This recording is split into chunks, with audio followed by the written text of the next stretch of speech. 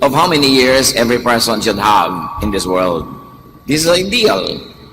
But whatever age, anytime, life is precious. Life is God's gift. So make every year, every month, every week, every day, in fact, every hour, and if possible, every minute, count. Wala dapat sayang na oras. May takda ang buhay. Isisilang ka sa ganitong date, mamamatay ka sa ganong date. Dapat in between birth and death, walang sayang. Kasi ang iksi ng buhay sa mundo. James 4:14, ni hindi nga ninyo alam kung ano ang mangyayari sa inyo sa araw ng bukas. Ang buhay ninyo ay parang usok lamang. Sandaling lumilitaw at agad nawawala. Sa makatuwid, dapat maging makabuluhan, makulay, at hanggat maaari, masarap ang buhay. At kahit ikaw ay espiritual, relihiyoso, huwag mo kakalimutan na dapat ang buhay mo ay makalupa. Not in a negative sense, but in a positive sense, kasi nakatira ka sa pakakapa sa katawan mong lupa. Na dapat buhay ka dito sa lupa. Binigyan tayo ng Diyos ng senses. It means that life on earth should be sensuous.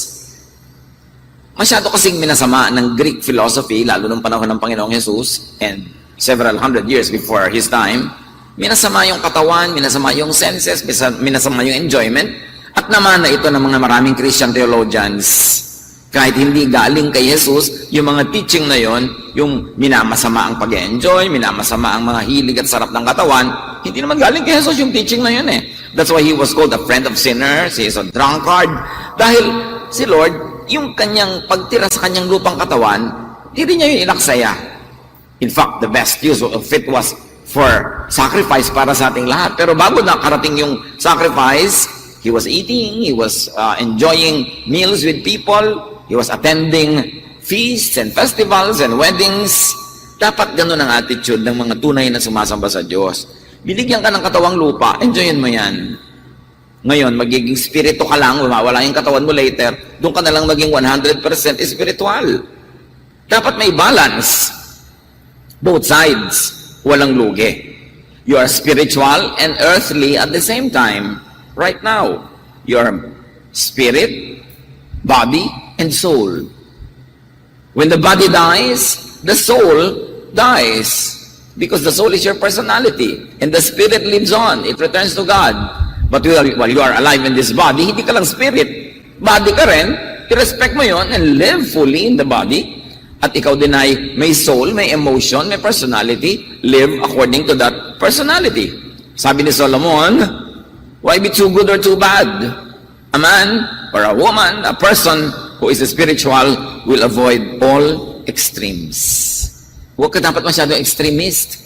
Sobrang relihiyoso, ayaw mo na kumain na masarap, ayaw mo na mag-enjoy sa buhay, di dapat, sige na, lagutin mo lang yung hininga para maging spirit ka na.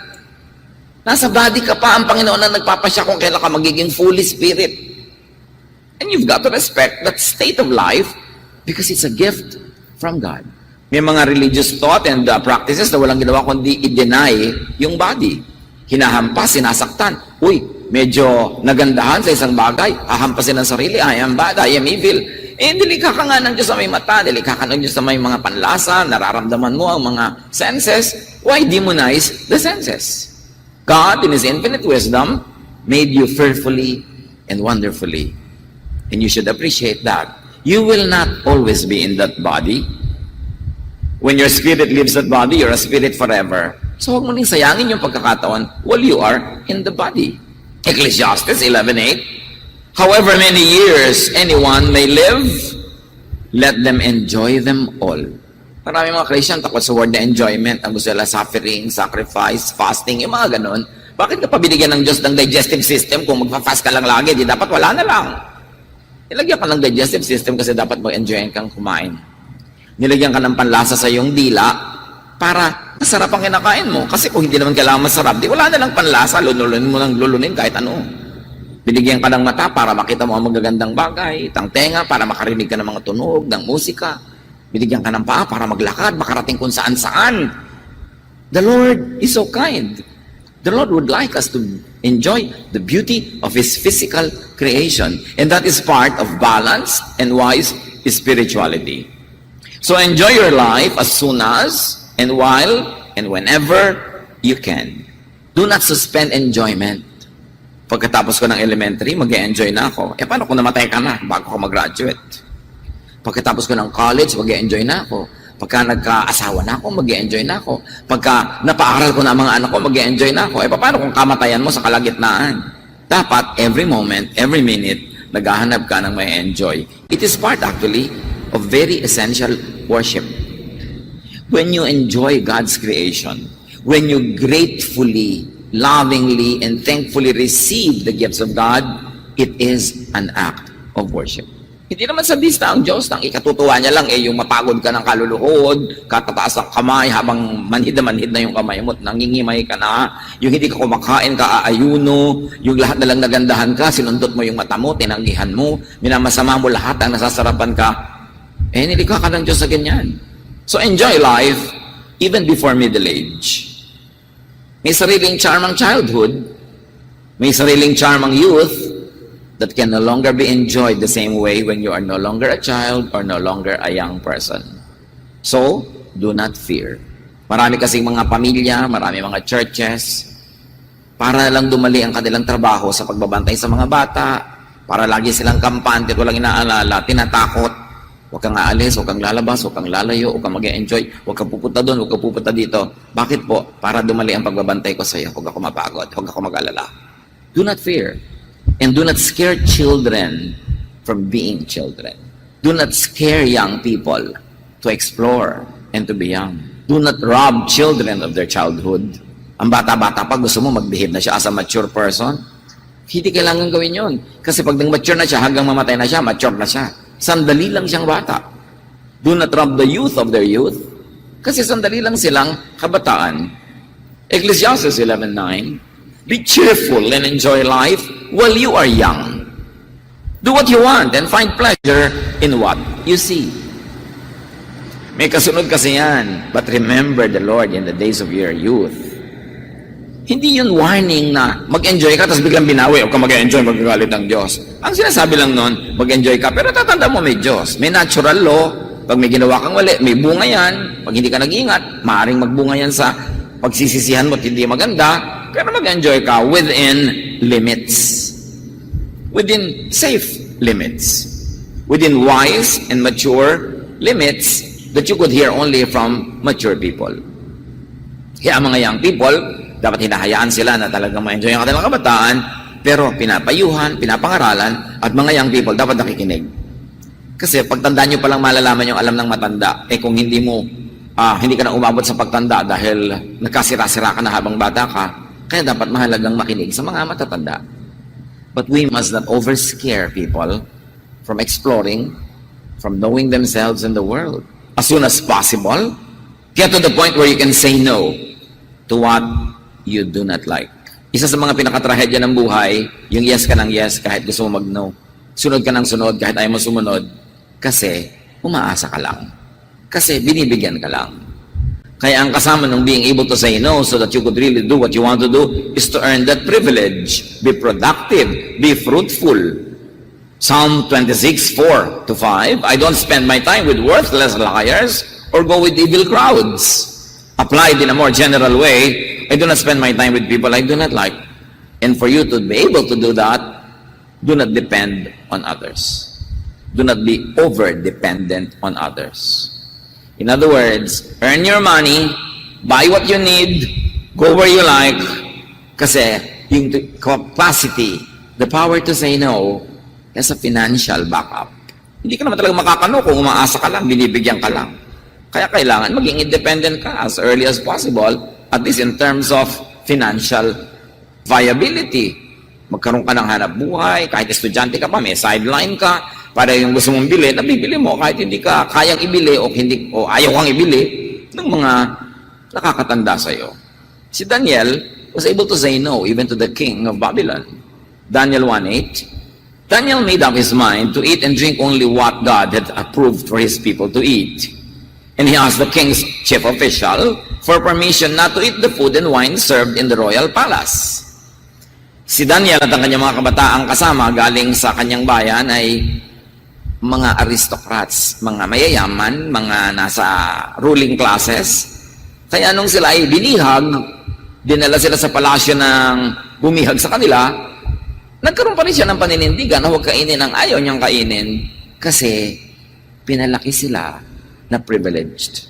Pinalaki sila na pwedeng tumanggi. Pinalaki sila na pwedeng igiit yung gusto nila. Kasi pag pinalaki kang alipin, pinalaki kang sunod-sunuran, pinalaki kang umaasa lang sa iba, yes ka ng yes, wala kang choice.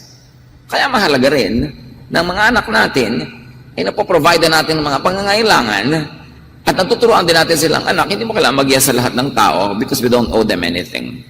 Pero kung umaasa lang tayo, pag inachoy-achoy ka niya, pumayag ka kasi binibigyan niya tayo. Pagka sinampal-sampal ka niya, huwag ka na lang kikibo kasi umaasa tayo sa kanya. Kaya mahirap yung asa ng asa sa iba. Maraming gusto mo hindi mangyayari, sunod-sunuran ka lang, anino ka lang ng iba. It is important to be trained at childhood to make a stand. And that kind of training requires some economic stability. Kaya mahalaga sa tao na lagi nagsisikap, naghahanap buhay, nagkakaroon siya ng mga pangangailangan niya para sino man pwede niyang tanggihan kung talagang gusto niyang tumanggi. Be financially independent as soon, as much as possible. Sabi nila, money talks. Totoo yun. And when money talks, people listen. Nakakatipid ka ng maraming pagod if you let your money do the talking for you. Have a voice. Have money. Earn your money. Kasama dapat yan sa tunay na espiritualidad. Kasi ang Diyos, merong gusto mangyari sa buhay natin, na kailangan ni malaya tayo, free enough to be able to pursue what we want to pursue, do what we want, and be what we want to be. Proverbs 21:5, if you plan and work hard, you will have plenty. Dapat ang itinuturo sa mga anak, maghanap buhay ka, hindi yung, humingi ka na sa ate mo. Mag-text ka na sa kuya mo. Dapat ang ituro nyo sa mga anak nyo, maghanap buhay ka, mag-sideline ka. Gusto mo bumili ng relo na may oven toaster sa loob? Maghanap buhay ka. Hindi yung, humingi ka na sa ate mo. Ang itinuturo natin sa mga bata, mamalimos, humingi, magmakaawa. All their lives, they will never be free. They will walk under the shadow of other people if they are not financially independent. Proverbs 24:27, get your fields ready and plant your crops before starting a home. Ito ang payo sa mga young people or mga middle-aged people. Bago ka magkaroon ng asawa, bago ka magkaroon ng anak, get your fields ready, plant your crops. May ipapakain ka ba kung nagkaanak ka? O ihingi mo kung kani-kanino ng gatas? Lumos ka dito, limos ka doon, tapos mamaya buntis na naman yung asawa mo. Meron na naman! Wala nga kayong pambili ng kahit ano. Buwan-buwan, bilog pati tiyan. Hindi lang buwan ang bumibilog. Ang galing-galing na gumawa ng mga ganito, pagkatapos wala nang ipapakain, kaya lagi ka nakayuko, pag pinapagalitan ka, hingi ka ng hingi. You will never be the person that you are meant to be when you're always dependent.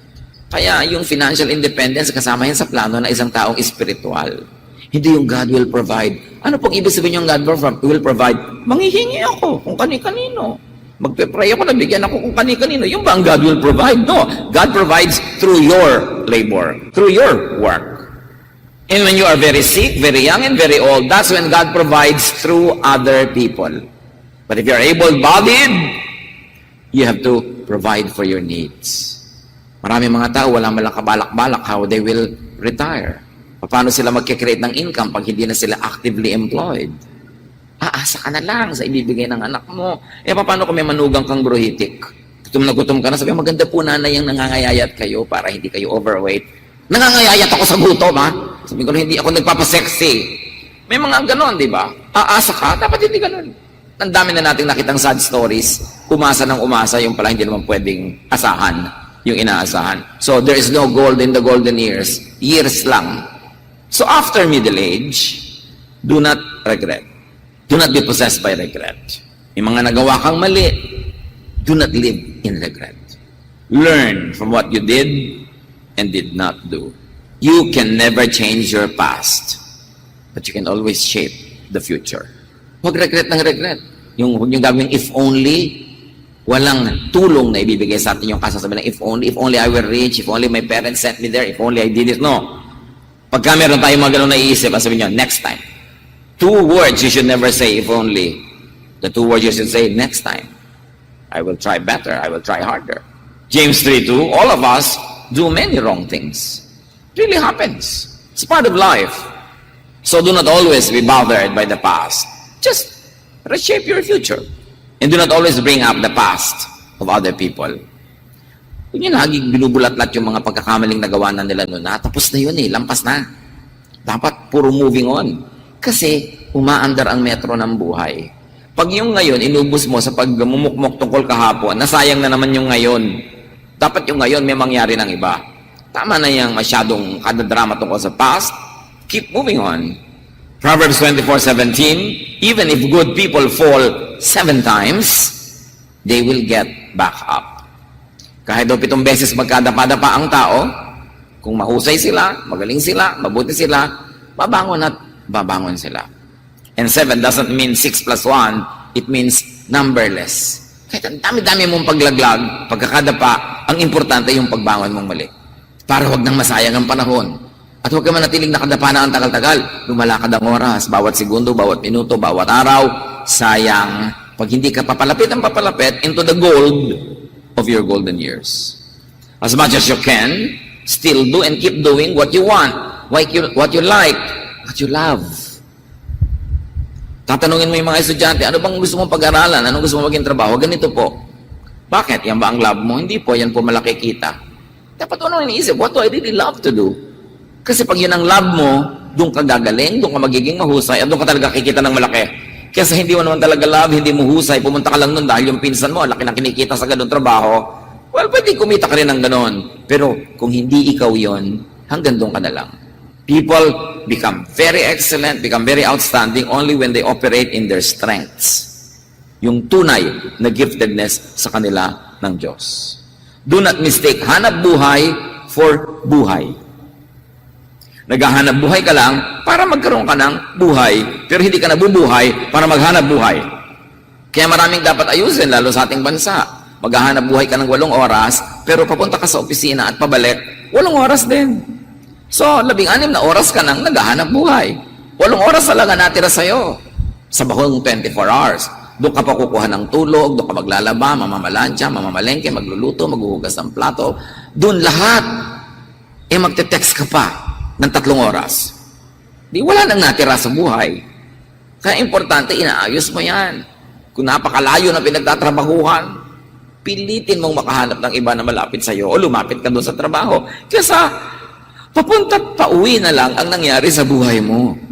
Pagdating mo sa bahay, paghiga mo, babangon ka na uli. Kasi another day begins. Tapos tumanda ka na lang ng gano'n na lang. Hindi mo na nagawa yung gusto mong gawin. Hindi ka naka-arte sa Hollywood. Hindi mo naakyat ang Tour Eiffel sa France. Hindi ka nakapag-mountain climbing sa Switzerland. Tapos namatay ka na lang. Ganun lang ang buhay. Ecclesiastes 9:4 and 8. As long as we're alive, we still have hope. Just as a live dog is better off than a dead lion. Dress up, comb your hair, and look your best. Yan ang payo ni Solomon. Kahit na minsan, nahihirapan ka sa buhay, hindi lahat ng gusto mo nangyayari, buhay ka. I-celebrate mo yan. May pag-asa ka pa. Magbihis ka, mag-ayos ka, look your best. Kasi when you look your best, you attract a lot of blessings.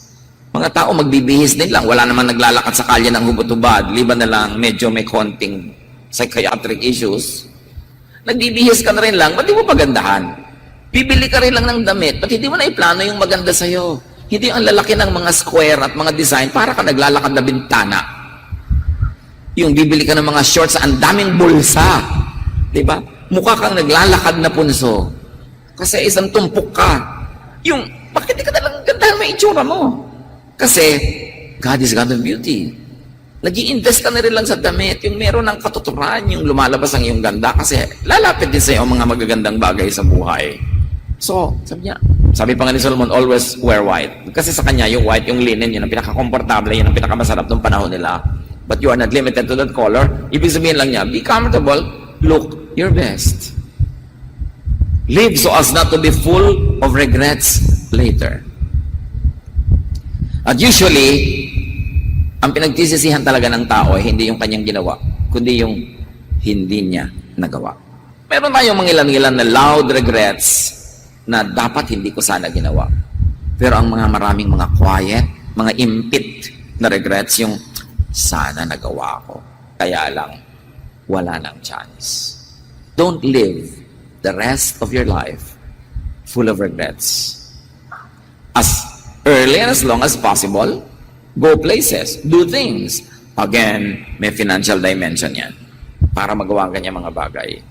Kaya dapat ang laging itinuturo sa mga bata, kung hindi na ituro sa iyo yun at huli na ang lahat, ituro sa mga bata, always make money. Huwag kang mukhang pera, huwag kang maging sakim, but always be productive. Always earn something, kahit maliit. Nakakatuwa yung mga kabataan na habang kasama yung mga barkada, may itinitinda pala siya dong relo, may itinitinda siyang t-shirt, nagkakapera siya. Hindi puro paggasta ang iniisip. Kasi, pag mayroon kang pera, you can do many other things in life. Money is not evil. Love of money is what makes one evil. Pero dapat magaling kang gumawa ng pera sa buhay na ito kasi kada kilos mo may gastos. Mahal mabuhay, pero mahal ding mamatay. Mahal lahat. So, huwag kang magtipid kasi liliit ang mundo mo. Ang goal ng iba, magtipid. No, ang goal mo dapat palakihin ang income. Ganito lang ang income natin, so tigi-isang baso lang tayo ng tubig na ipapaligo, mga anak. Di ba? E pati po natin gawing tigi-isang drum. Pwes, lakihan natin ang income natin para ma-afford natin ang isang drum na tubig. Yung poverty mentality, laging save, tipid. Ang dami kong tao nakikita, 99% yata, puro nagtitipid. Pero wala pa rin. Ang sarap makakita ng mga tao ang iniisip, huy, ano bang mapagkakaperahan natin? Sa magandang paraan, sa masarap na paraan, paano ba tayo kikita? Hindi, anak, magtipid ka ng tubig. Kanina ka pa naghuhugas ng kamay mo. Hindi, anak, magpakalangoy-langoy ka sa isang drum na tubig kung gusto mo, but earn it. Make more money. Dapat ganun ang mentality natin. Expand your horizon, enlarge your tent. Hindi yung paliitin mo ng paliitin ang buhay mo para magkasya sa maikli mong kumot. Ba't mo palakihin ang kumot mo? Pwede yun. Nasa mentalidad. Ecclesiastes 12:1, 3-5. In years to come, you will be burdened down with troubles and say, I don't enjoy life anymore. Your body will grow feeble, your teeth will decay, and your eyesight fail. The noisy grinding of grain will be shut off by your deaf ears, but even the song of a bird will keep you awake. You will be afraid to climb up a hill or walk down the road. Mangyayari daw yan sa tao. Pag tumanda, humaba ang buhay. Yung parang hindi na ako enjoy sa buhay, wala na akong maisip kainin. Alam niyo, matatanda ko, ano lang kakainin mamaya, malaking problema. Ano kaya makain? Yung hindi naman alam ko anong kakainin, may inip, hihina ang katawan, gano'n, mabibingi ka, na hindi mo marinig kahit sinisigawan ka na, pero bakit muntinghin doon ng ibon, hindi ka makatulog? Ba't mo siya nadidinig? Natatakot ka daw umakyat, manaog, at kung ano-ano pa. So, ang ibig sabihin lang nito, huwag kang matakot tumanda, pero habang bata ka, gawin mo yung mga dapat gawin para wala kang pagsisihan. And very importantly, how do you put the gold in your golden years? Keep renewing old friendships. And how do you keep renewing old friendships? By keep giving and forgiving. May kaibigan ka mula pa pakababata. Ang tagal-tagal mo ng kaibigan. Ang dami niyong pinagsamahan. Tapos isang araw, meron kayong pinagkagalitan, pinagkasamaan ng loob, tapos hindi na kayo mag-uusap buong buhay, sayang ang friendship. Save the friendship, magpatawaran kayo, and keep on loving, and keep on enjoying each other. Ang daming ganun, ang konti na ng mga kaibigan, nakakaaway pa. Dapat forgive na lang. Relax na lang. Enjoy na lang ang buhay. Lalo't paubos ang mga kaibigan mo. Pag mahigit 60 ka na o 70, nagkakanda-ubos na. Paano mo malalamang matanda ka na? Wala ka nang minamanuhan. Lahat nagmamano na sa'yo. Ay, di ba? Malapit ka nang tawagin ng Panginoon. Kaya dapat samantalahin mo ang natitirang pagkakataon. Lahat naman tinatawag eh. Ang mahalaga lang, nagawa mo yung dapat mong gawin, nalasap mo yung dapat mong lasapin. So, huwag na makipag-away. Pag bata ka pa, kasi hindi ka pa marunong, pwede ka makipag-away. Pero kung matanda ka na, huwag na. Proverbs 27:10, Don't desert an old friend of your family or visit your relatives when you are in trouble. A friend nearby is better than relatives far away. Sabi ganon, huwag mong kakalimutan ng mga kaibigan ng iyong pamilya. Pati yung kaibigan ng magulang mo, kaibiganin mo yung mga anak nun, ituloy niyo yung mga friendship kasi may pinagsimulan na. At kung nangangailangan ka, huwag kang umasa sa malalayong kamag-anak. Malayo yun eh. Ang asahan mo yung mga kapitbahay mong malapit. Ang ibig sabihin lang, makipagmabutihan ka sa malapit sa iyo. Kasi yun ang aasahan mo pag nangangailangan ka, na ibig sabihin din, pwede ka niya dapat asahan pag siya yung nangangailangan. Be friends with people near and around you. A wise person will make friends with people near her or near him. A foolish person will quarrel with people that he shares time and space with every day. Isang malaking kahangalan na makipag-away sa mga taong lagi mong nakakasalamuha, nakikita, kasama. Kasi lalasunin mo ang sarili mong environment. Yung ang tanda-tanda na marami pang kalaban, marami pang kaaway, naku walang pinagkatandaan yon. Dapat makipagkasundo ka na lang, chill lang, sabi nga, para masaya. Ecclesiastes 4:9, you are better off to have a friend than to be all alone, because then you will get more enjoyment out of what you earn. This is very interesting. So yeah, you should get more enjoyment out of what you earn. So kung marami kang kita, marami kang pera, marami kang resources, di bumili ka ng kasama. Kaysa magbiyahe ka mag-isa, ilibre mo siya, di may kasama ka, mas enjoy yun. Make your money work for you. Kaysa punong-puno nga ng pera yung pitaka mo, nag-iisa ka naman, di palabasin mo yung pera, bumili ka ng kasama. May kasama ka, may natira ka pa rin pera, enjoy. Hindi ka naman kayang patawanin ng pera na nasa pitaka. Hindi ka naman kayang kilitiin ng pera na nasa bangko. Di ba? Kaya kailangan wise ka. Put your money to work and keep making new friends. That's the only way to answer the issue of matanda na ako, namamatay na lahat ng tiya ko, tito ko, mga kamag-anak ko, mga kaibigan ko, nagkakanda-ubos. Make new friends. Kasi talagang papaubos ang old friends. Sabi nga nung kanta, keep another one in line. Someone's gonna leave, somebody's gonna stay behind. Put a little love away. Kaya palungkot ang buhay ng ibang tumatanda kasi wala na silang bagong hobby, walang bagong interes, walang bagong naalalaman, walang bagong pangarap, walang bagong kaibigan. So anong hinihintay mo? May St. Peter ka na ba? Yun na lang ba ang hinihintay mo sa buhay? Kailan gumagawa ka ng bagong excitement, bagong fun, bagong kahulugan? And again, up to a big point, it requires financial backing. Kaya mahalaga may plano ka sa buhay mo. And do not limit your friendships by age or gender or social status. Anybody can be a source of joy, can be also an object of your help, of your charity, of your love. And very importantly, make and save money. Make and save. Ecclesiastes 11:1-2 and 6. Ship your grain across the sea. After many days, you may receive a return. Invest in 7 ventures, yes, in 8. You do not know what disaster may come upon the land. Sabi, pag naglagay ka ng kalakal mo dun sa barko, pag alis doon, pagbalik, may kita ka na. Pero, paano po kung lumubog ang barko? Kaya sabi, invest in 7, 8. O 7 barko, lagyan mo, siguro naman, di lulubog lahat yan. Do not put all of your money in one basket. Invest here, invest there. Kasi yung mga ibang investment na lang nila, halimbawa, kaisa-isa nilang anak. Doon na nila inilagay lahat. Paano pa ngayon pagka nauna pa sa kanilang kinuhay ng Panginoon? Paano na? O kaya nga, nagkaroon ng asawang ubod na sa mga ugali.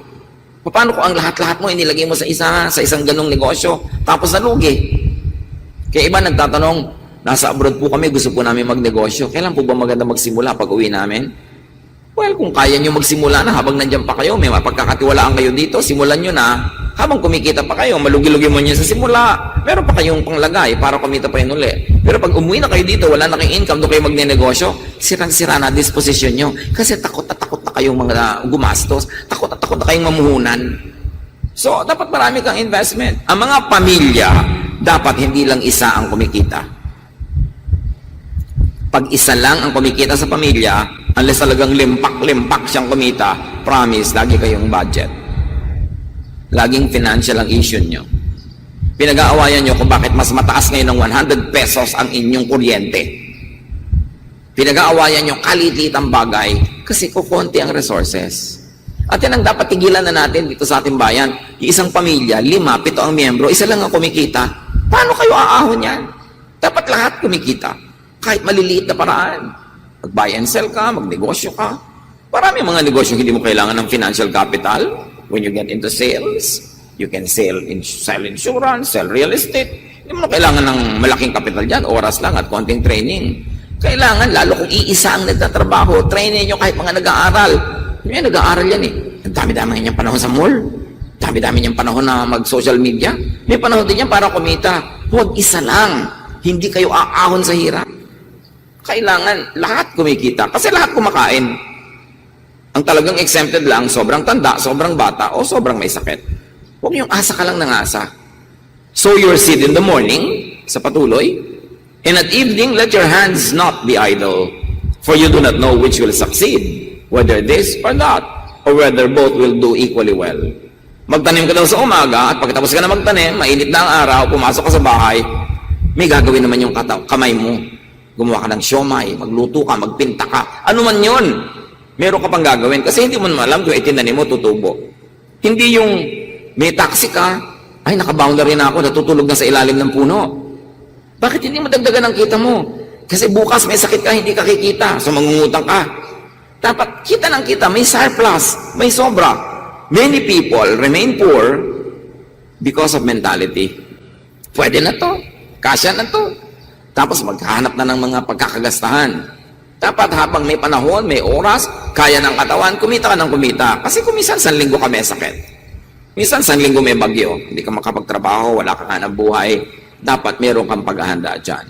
But, spend enough. So you earn, you save, you spend. May plano ka. Gaano kalaki ang earning ko, gaano kalaki ang isi-save ko, at gaano karami ang gagastusin ko. Kaya ibig sabihin talaga dapat may surplus. Yung iba, hindi pwedeng isipin yan kasi sila lang yung naghahanap buhay. Utang pa yung nagastos na. Uutangin yung kikitain pa lang kasi agad na agad. Kasi ang daming consumers, isa lang ang producer. Pero dapat marunong ka rin gumastos. Meron kaming kilala, matanda na ipon ng ipon kasi lahat ng pera niya, lagay siya ng lagay sa mga kung saan, mga alkansya, ipit dito, ipit doon. Tapos, bigla siyang namatay. Ang dami palang naiwan, hindi man lang niya na-enjoy. Proverbs 28:22, the stingy are ever eager to get rich and are unaware that poverty awaits them. Hindi ko mo ipon ka ng ipon, subi ka ng subi, tago ka ng tago, may enjoy man tinago mo. Kasi kung minsan nananako ng iba, o kaya bigla ka namatay, hindi mo na-enjoy. There should be pleasure in earning, but you must never miss the pleasure in spending. Yang pera, binibigyan ka lang ng sarap pag ginagasta. Usually, hirap na hirap ka para kitain. So, dapat meron kang sarap na ginagasta mo siya. Let your money work for you. May natitipid, merong masisave, pero may ginagastos. Hindi lang puro savings, hindi lang puro tipid, at hindi lang puro sakripisyo para sa iba. Yang buhay mo, binigay sa iyo ng Diyos para ikaw ang mabuhay para sa sarili mo. Hindi pwedeng ibigay mo yan sa iba. Si Jesus ang gumawa nun. Yung buhay mo, dapat mo yung ibuhay. You give a part of yourself to others. You give a part of your income to others, but never neglect yourself. It is your divine duty to your Creator to live your life.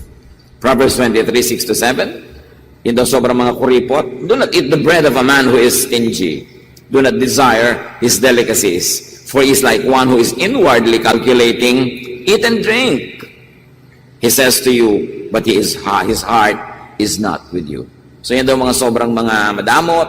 Huwag ka na lang umasa. Huwag ka na lang mag-enjoy nung ano man iaalok niya. Kasi habang kinakain mo yung pagkain niya, bilang siya ng bilang, nakakapitong lunok na siya. Nakakatatlong lagok na siya. Yung, wag na lang, may ganon. Huwag kang umasa sa ganon. Ayaw din sa bayan ng Bible doon sa mga taong sobrang kuripot. Yung sobrang wala nang ginawa, kundi magtuos, magkwenta. Kasi generous natin ng Diyos. We should be generous to others. At kung kulang at kapos tayo, tapos alam nating mayaman ng Diyos, di hindi Diyos ang may problema tayo. May problema ang ating lifestyle o may problema ang mga tao sa paligid natin na hindi nila tayo hinahayaang umunlad, makahinga, kasi puro sila nakasabit at puro pabigat. Dapat bawat isa, suriin ang sarili. Ako ba ay nakakabigat sa pamilya ko o nakakagaan? Of course, paminsan-minsan, pabigat ako, natural lang yun, kasi may sakit ako, kasi wala akong ngayon hanap buhay, kasi nalugi ako, pero dapat paminsan-minsan yun, hindi lagi. Do not leave too much money for and with your children. Mga magulang, kung minsan tinikis yun ang tinikis ang sarili, tapos inipon niya lahat sa anak, kung minsan napupunta lang sa manugang nyo yan. Mabuti kung mabait na manugang, kung hindi. Meron pa nga tayo nababalitaan na mag-asawang nag-ipon ng nag-ipon, tapos inilagay na lahat ng property nila sa pangalan ng anak. Ang anak nag-asawa, namatay ang anak, napunta doon sa asawa yung lahat, nag-asawa yung kanyang manugang ng iba, at sila ngayon na nakatira doon sa bahay na pinatayo na matatanda, at pinalayas pa sila. Parang teleserye. Okay, let's say tiyak kayo sa inyong mga anak, pero tiyak ba kayo sa mapapangasawa ng mga yan? So, huwag niyong ipamana hanggang di kayo patay. Ang mahirap yung buhay na buhay pa kayo, naibigay niyo ng lahat, tapos eto kayo ngayon, tinitikes. Sabi mo, anak, pagkamatay ko na, tsaka ka na. Kung may matira pa. Kasi bala ko mag-tour. Diba? Hindi yung iiwan ko lahat sa'yo, hoy, may kamay ka, may paa ka, magtrabaho ka. Pinag-aral kita, magandang pamana na yan. Kung napag-aral, kung hindi, binigyan kita ng buhay, pamana na yan. Maghanap buhay ka na. Kung meron akong mga pwedeng ibigay sa'yo na iwan, maganda. Pero hindi ko ibibigay sa'yo lahat. Kasi hindi ako nakakatiyak sa mapapangasawa mo, anak. Diba? Tiyak ba tayo doon? Kung minsan nga, sarili mong anak, di ka nakakatiyak Kaya dapat, yung golden years mo, paghandaan mo rin yan. Huwag mong iasa sobra. Ecclesiastes 2:18-19, sabi nitong mayaman na magulang, I hated all the things I had toiled for under the sun, because I must leave them to the one who comes after me. And who knows whether that person will be wise or foolish. Yet they will have control over all the fruit of my toil into which I have poured my effort and skill under the sun. Sabi niya, ang dami-dami kong kayamanan, mahirap, ang sama-sama ng loob ko. Bakit po? Iiwan ko lang Nakakatiyak ba ko na yung pag-iiwanan ko? Worthy? Pinaghirapan ko to. Kaya, kailangan, huwag ka naman sobrang maghirap sa buhay mo na wala ka ng time to enjoy, tapos iiwan mo lang pala. Dapat naghihirap ka para meron kang kitain, meron konting sobra, tapos magbakasyon ka, magpahinga ka, then maghirap ka ulit. Hindi puro hirap. Kailangan balanced. Yung sobra ka mag-iiwan sa mga anak mo, let them make their own future. It's good that you send them off well. If you are able to give them education, training, and some capital for some business, and maybe some little cash, that's fine. Pero dapat meron kang enjoyin sa sarili mo, lalo't nagsikap ka naman talaga at nagpakahirap sa buhay. Importante, kasi pag sobra ka nagbigay din sa mga anak, kung sila naman ay bulagsak, pwede sila marunong, mawawala din Sila lang ang gagastos, mabuti pa, makigastos ka na. Maganda mag-iwan, maganda talaga makapag-iwan, pero yung hindi to the point na wala ka nang na-enjoy sa buhay, binigay mo lahat. Proverbs 22:6-7, teach your children right from wrong. And when they are grown, they will still do right. The poor are ruled by the rich, and those who borrow are slaves of moneylenders. Bakit magkasunod yung teaching na teach your children right from wrong, tapos ang kasunod, the poor are ruled by the rich?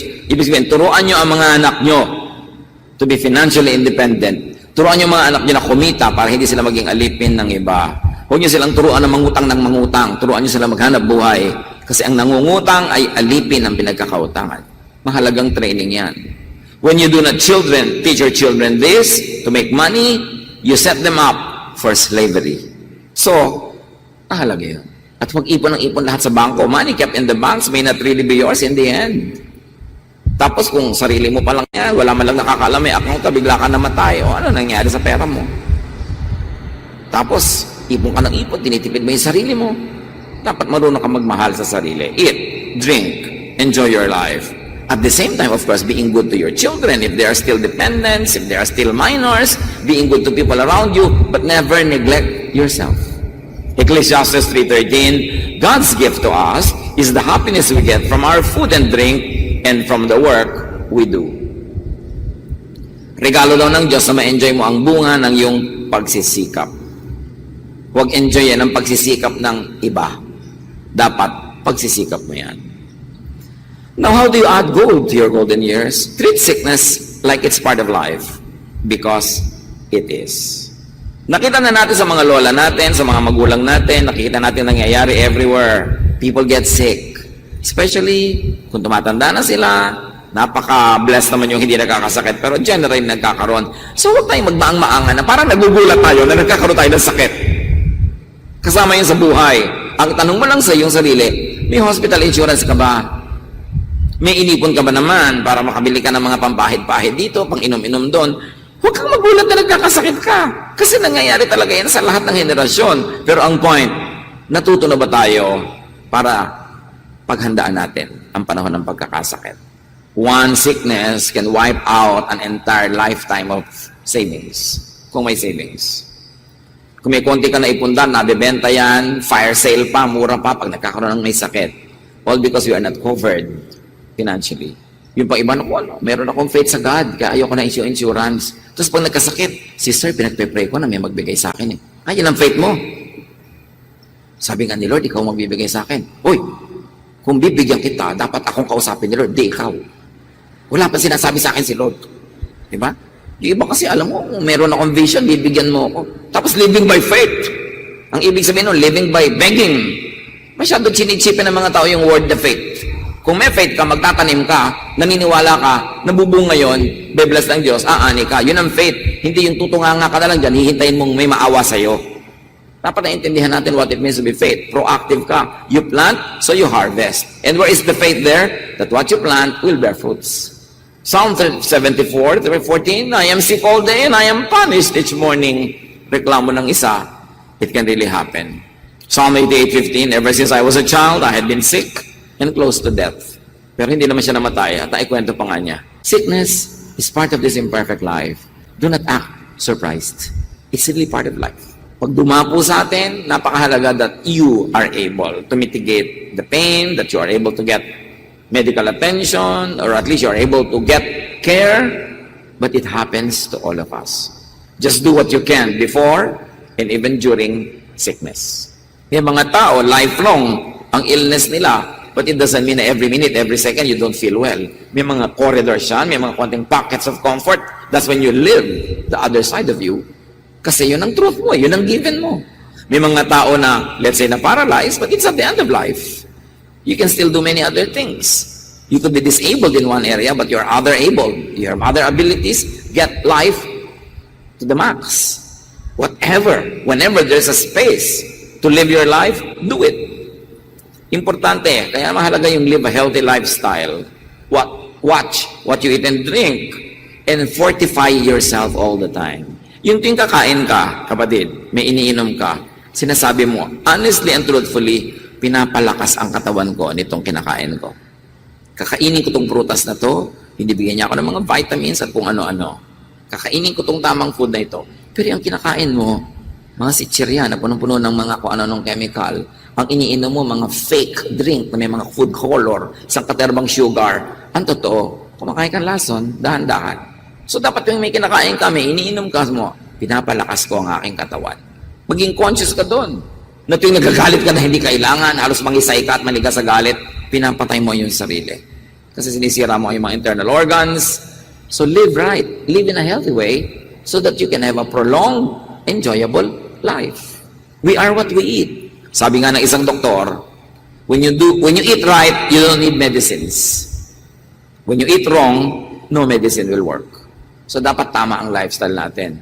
And treat end of earthly life as part of life. In other words, treat death as part of life. Kasama yon. We are born, we die.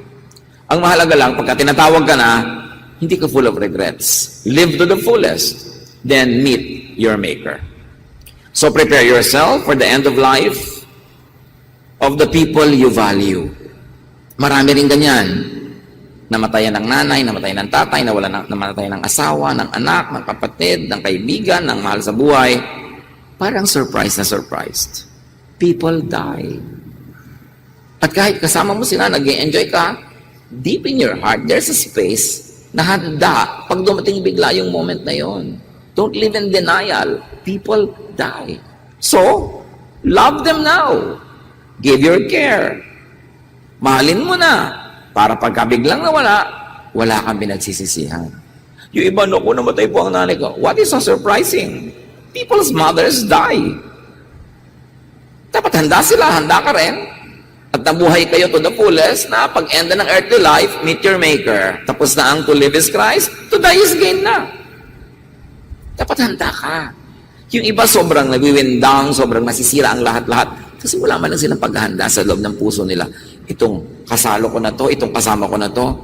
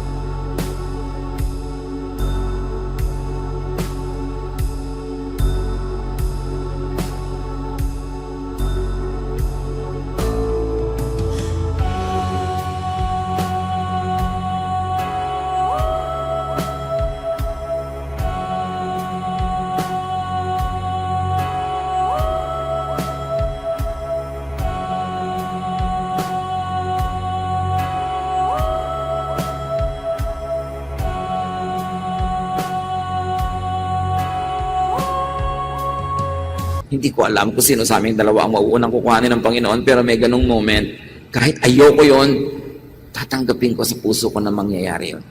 Hindi ko yun wish, hindi ko yun prayer, pero alam kong gano'n ang life, tatanggapin ko. So pag nangyari, hindi ka parang bigla na lang na inihagi sa apoy. Meron kang lungkot, meron kang paghirap ng loob, pero meron ka na rin naging paghahanda. At ano ang paghahanda?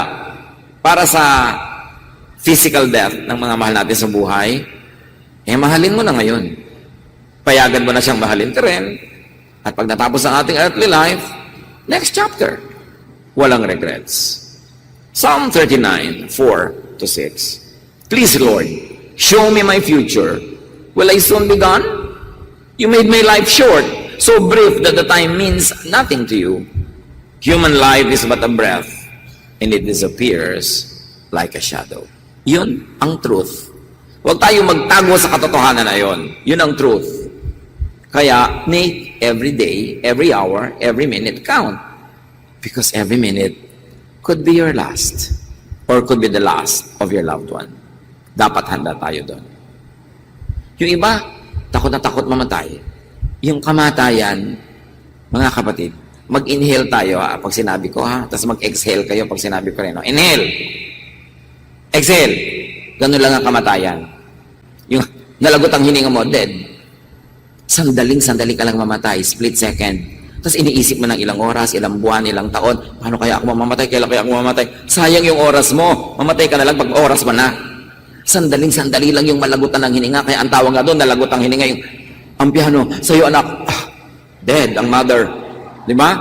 Dead na, tapos. Pero bakit iisipin mo yung moment na yun, ang dami-daming pina-fast forward mo, ang daming oras ang naubos. Pag darating yun, hindi mo mapipigil, hindi mo rin alam kung kailan, so huwag mo nalang isipin. Live your life to the fullest, and when it happens, let it be. And when it happens to your loved ones, hindi nakakatuwa yun, but that's life. Let it be. Love now, para no regrets. And then do not worry, do not fear. It is useless and tiring. Matthew 6:27-34, can worry make you live longer? Don't worry about tomorrow. It will take care of itself. You have enough to worry about today. Yan ang laging itinuturo ni Lord, Live today, for today, now. So yung bukas, hindi mo alam kung nandiyan ka pa pagdating ng bukas. So atupagin mo yung ngayon. Pag mo sabihin, bukas mamahalin ko siya, mahalin mo na ngayon. Bukas, mag-enjoy akong kumain. Meron kang kaya ngayon, gawin mo na ngayon. Hindi mo hawak ang bukas. And do not overthink. Most of your fears come from overthinking, from over-imagination. And then, of course, how do you add gold to your years? Smile, laugh, love. Every time you could. It's an opportunity. Proverbs 15:13, happiness makes you smile, sorrow can crush you. So to make other people happy, that's a ministry.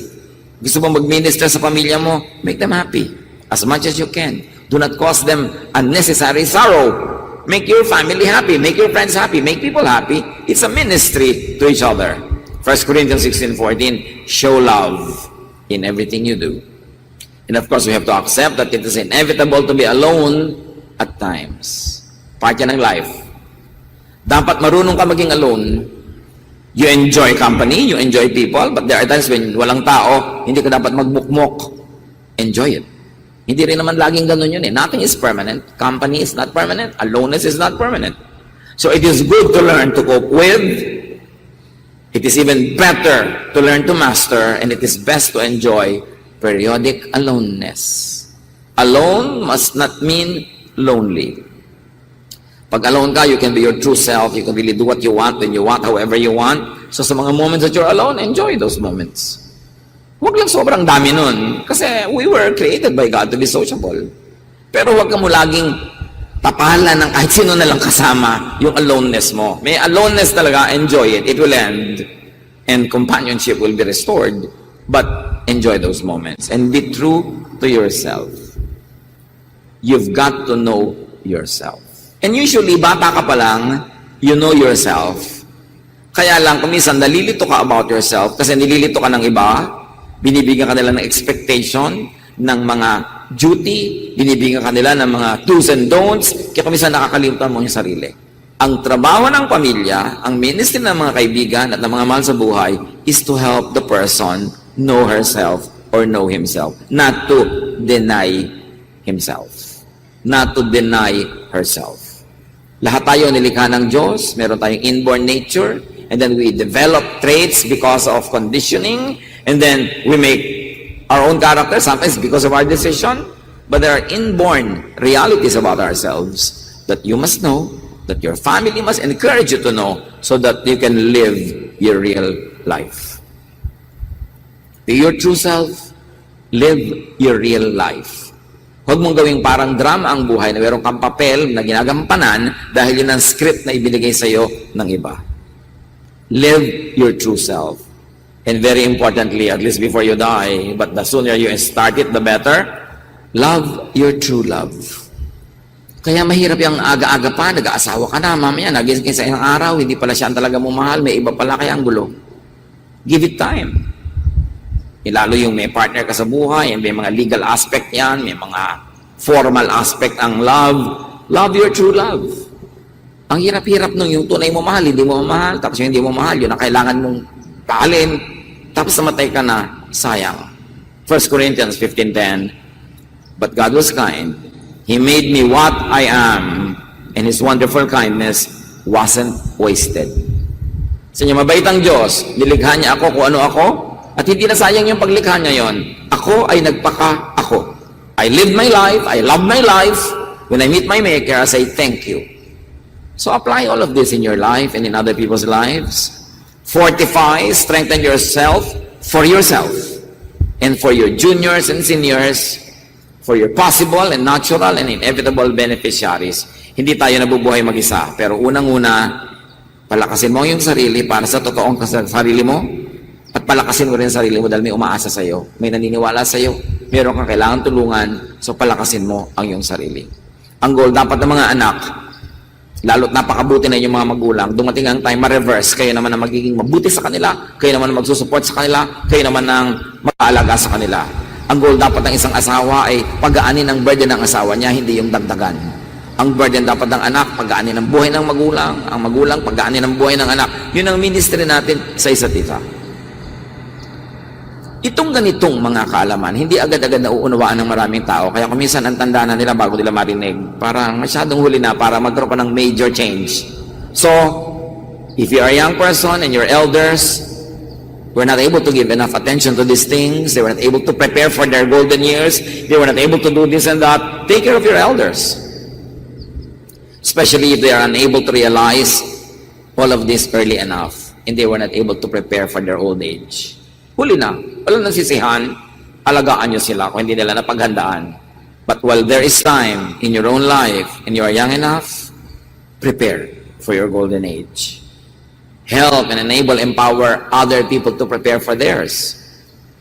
Mga anak, kung middle age na kayo, o lampas sa middle age, be very productive para tumigil na tayo sa pagsandal sa ating mga magulang para maasikaso naman nila yung pag-iipon, pag-enjoy sa buhay, ma-enjoy nila ang kanilang golden years. Hindi ang tanda-tanda na nila, burden ka pa rin. Dapat ang goal ng anak mo, graduate ka sa pagiging umaasa sa magulang. Lalo't mahigit ka ng 30, 35, baligtad na dapat ikaw na nagsisimula ngayon na maasahan ng iyong magulang. Pero kung hanggang ang tanda-tanda mo na umaasa ka pa, wala na silang time mag-prepare para sa kanilang retirement, para sa kanilang golden years. So palayain natin sila by being productive ourselves. Shorten, minimize your dependence on your elders, set them free. Lalo't mga kapatid nyo, hindi naman kayo sinilang ng atin nyo, pero bakit siya ang kailangang magbuhat sa inyo buong buhay? Ang dapat goal mo, makatapos ako agad ng pag-aaral para si ate, siya naman ang mabigyan ko, hindi yung mag-aasawa ko, magkakaanak ko, ate, ang pamangkin mo, mabili mo ng kung ano-ano mga diaper. Yung mga dahon nilang ng saging, pa-diaper ka pa, wala ka namang kita. Diba? Yung ate mo, tumanda na ng tumanda, hindi na nagkaroon ng love life. Tapos ikaw, ang dami-dami mong love life. Diba unfair yun? So teach, train your children as soon as possible to prepare for their own golden years. Meaning set them free. And you will have a golden life. Ang buhay is a gift from God to be enjoyed. It is not a problem to be solved. It is a trip, it's a journey, it's not only a destination. Hindi lang destination na pagdating mo doon, okay na. Dapat habang wala ka pa ron, papunta ka pa lang doon, nag-enjoy ka na. Kasi malay mo naman, hindi ka makarating doon. Para hindi ka lugi. Ang tunay na spiritualidad, good in eternity and good here. Heavenly and also earthly, because you are body, soul, and spirit. Live a balanced life. This is Jesusness. This is the will of Jesus for us. Na hindi naintindihan ng maraming super conservatives of his time na ang laging ginoglorify pagtitiis, pagdurusa, pag-aayuno. Hindi nila naintindihan si Jesus that Jesus came to set people free. Sabi niya, I came that you might have life and have it abundantly. Dear God, we thank you for life and we thank you for the abundance that you want for us. Teach us to align our minds, our lifestyle with your will so that we can live in the perfect area of your will.